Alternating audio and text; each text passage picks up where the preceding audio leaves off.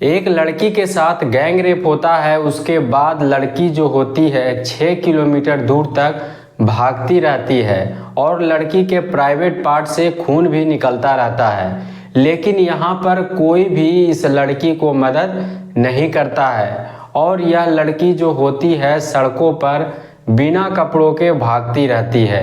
तभी यहाँ पर एक सेना के जवान जो रहते हैं वह इस लड़की को देखते हैं। तब यहाँ पर सेना के जवान जो होते हैं तुरंत पुलिस को कॉल करके बताते हैं कि यहाँ पर एक लड़की जो है बिना कपड़ों के घूम रही है और उसके प्राइवेट पार्ट से खून निकल रहा है।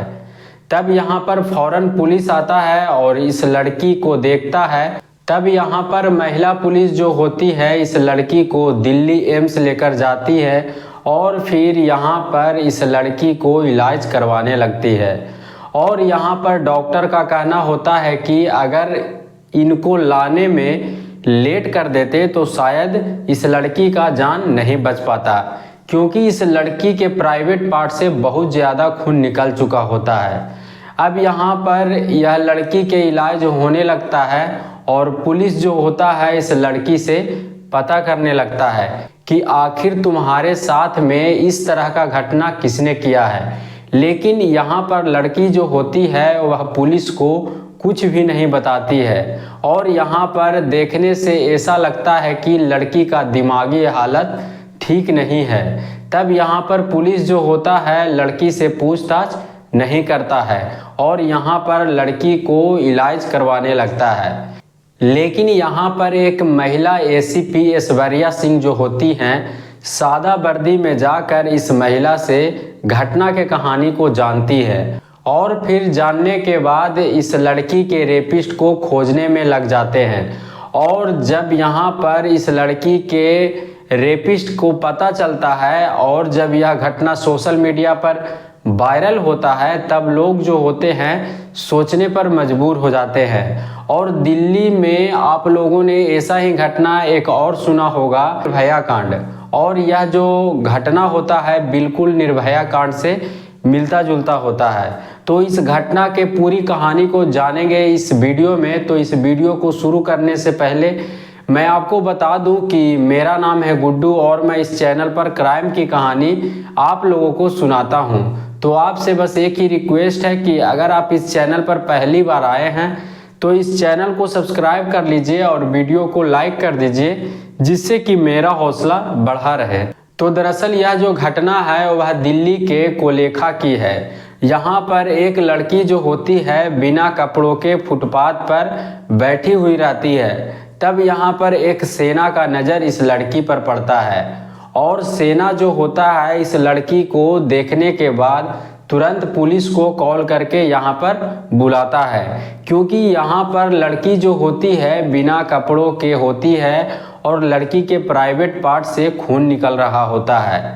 अब यहाँ पर पुलिस आता है तो यहाँ पर महिला पुलिस जो होती है इस लड़की को दिल्ली एम्स में लेकर जाती है और यहाँ पर इस लड़की को इलाज करवाने लगती है। अब यहाँ पर डॉक्टर जो होता है वह इस लड़की के हालत को देखकर पुलिस से बोलता है कि अगर आप लोग इस लड़की को लाने में थोड़ा सा लेट और कर देते तो शायद इस लड़की का जान भी जा सकता था, क्योंकि इस लड़की के प्राइवेट पार्ट से बहुत ज़्यादा खून निकल चुका होता है। अब यहाँ पर इस लड़की का इलाज होना शुरू हो जाता है और यहाँ पर पुलिस जो होता है इस लड़की से पूछताछ करता है कि आखिर तुमको साथ में ऐसा किसने किया है और इस तरह का घटना का अंजाम किसने दिया है। तब यहाँ पर लड़की जो होती है वह कुछ नहीं बताती है और लड़की जो होती है बिल्कुल घबराई हुई रहती है। अब यहाँ पर इस लड़की के रेपिस्ट को खोजना बहुत ही मुश्किल हो जाता है, क्योंकि यह लड़की जो होती है पुलिस से कुछ नहीं बताती है। तब यहाँ पर एक महिला एसीपी ऐश्वर्या सिंह जो होती हैं इस केस को गहराई से लेती है और फिर ऐश्वर्या सिंह जो होती हैं सादे वर्दी में जाकर उस लड़की के पास में जाती है और उस लड़की से बात करती है और उस लड़की के सामने ऐसा अपने आप को बताती है कि जैसे कि महिला जो है समाज सेवा कर रही है। अब यहाँ पर ऐश्वर्या सिंह जो होती हैं लड़की को खाना खिलाती हैं और देखभाल करती हैं। तब यहाँ पर कुछ दिन के बाद लड़की जो होती है वह खुलकर ऐश्वर्या सिंह एसीपी से अपना घटना के कहानी को बताने लगती हैं। तब यहाँ पर महिला एसीपी ऐश्वर्या सिंह जो होती हैं 10 टीम बनाकर इस महिला के रेपिस्ट को खोजने में लग जाती हैं। अब यहाँ पर पुलिस के टीम जो होता है अगल बगल के सारे सीसीटीवी कैमरे को चेक करने लगता है और जैसा यह लड़की बताती है इस तरह से यहाँ पर हर एक ऑटो वाला से पूछा जाता है। तब जाकर यहाँ पर पुलिस जो होता है एक ऑटो वाले को गिरफ्तार करता है जिसका नाम प्रभु महतो होता है। और प्रभु महतो जो होता है दिल्ली में किराए का कमरा लेकर रहता था और ऑटो चलाता था और यह बिहार के मोतिहारी का रहने वाला होता है। अब यहाँ पर पुलिस जब इस ऑटो वाले को टॉर्चर करता है तब यह घटना के कहानी जो है बताता है और सामने लाता है। यहाँ पर प्रभु महतो के अलावा 2 आदमी और भी होता है, एक प्रमोद और एक शमशेर उर्फ राजू। अब यहाँ पर कहानी यह होता है कि लड़की जो होती है उड़ीसा की रहने वाली होती है और यहाँ पर लड़की जो होती है MSW और नर्सिंग भी की हुई रहती है। लेकिन यहाँ पर यह लड़की जो होती है समाज सेवा का काम करती थी और गरीबों को मदद करती थी, देखभाल करती थी। तभी यहाँ पर यह लड़की के एक दोस्त जो होता है वह दिल्ली में रहता है और यह दोस्त जो होता है इस लड़की से बात करता है और बताता है कि अगर तुम आगे बढ़ना चाहती हो तो तुम उड़ीसा को छोड़कर दिल्ली आ जाओ क्योंकि यहाँ पर तुम्हारे लिए बहुत ज़्यादा अपॉर्चुनिटी है। तब यहाँ पर लड़की जो होती है उड़ीसा छोड़कर दिल्ली आ जाती है और यहाँ पर दिल्ली में अपने दोस्तों के साथ रहने लगती है। अब यहाँ पर लड़की जो होती है कुछ दिनों तक दोस्तों के पास में ही रहती है और लोगों को मदद करती है। अब यहाँ पर कुछ दिन के बाद यह लड़की जो होती है इसका दिमागी हालत जो होता है ख़राब होने लगता है।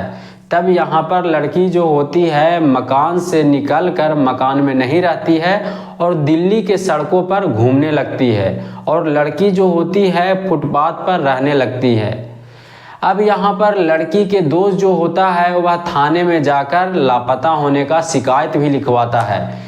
लेकिन 11 अक्टूबर 2024 के रात 3 बजे यहाँ पर 2 आदमी आता है और लड़की जो होती है फुटपाथ पर सोई हुई रहती है। एक आदमी का नाम होता है प्रमोद और एक का नाम होता है शमशेर उर्फ राजू।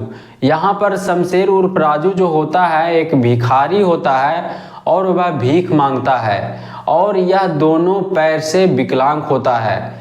यहाँ पर प्रमोद जो होता है इस लड़की को फुसला बहलाकर जंगल में लेकर जाता है और वहाँ पर प्रमोद जो होता है अपना दोस्त शमशेर उर्फ राजू के साथ इस लड़की को दरिंदगी से पेश आता है, दरिंदगी करता है। अब यहाँ पर लड़की जो होती है इसका दिमागी हालत ठीक नहीं होता है और यह लड़की जो होती है विरोध करने की अवस्था में नहीं होती है। अब यहाँ पर यह दोनों जो होता है इस लड़की के साथ दरिंदगी कर रहा होता है। तभी यहाँ पर एक ऑटो वाला आ जाता है जिसका नाम प्रभु महतो होता है। अब प्रभु महतो जो होता है इस लड़की को अपने ऑटो में बिठाकर एक सुनसान जगह पर लेकर चला जाता है और फिर यहाँ पर लड़की के साथ दरिंदगी करता है और बिना कपड़े के लड़की को छोड़ देता है। अब यह लड़की जो होती है बताया जाता है कि 6 किलोमीटर दूर तक बिना कपड़ों के भागती रहती है और इस लड़की के प्राइवेट पार्ट से खून भी निकलता रहता है। फिलहाल इस लड़की के रेपिस्ट को पुलिस जो है गिरफ्तार कर लिया है और उम्मीद है सरकार से कि इस लड़की के रेपिस्ट को कड़ी से कड़ी सजा देगा। तो इस घटना को बताने का मेरा उद्देश्य नफरत फैलाना नहीं बल्कि आप लोगों को जागरूक करना है, सचेत करना है और कहानियों के द्वारा समझाना है। तो जैसा कि आप लोगों ने इस घटना में देखा तो आप लोग इस वीडियो को शेयर करिए और इस घटना के ऊपर आप लोग का क्या कहना है, क्या राय है, आप लोग कमेंट में ज़रूर लिखिए। तो मिलते हैं अगले किसी कहानी के साथ में। वीडियो पूरा देखने के लिए धन्यवाद।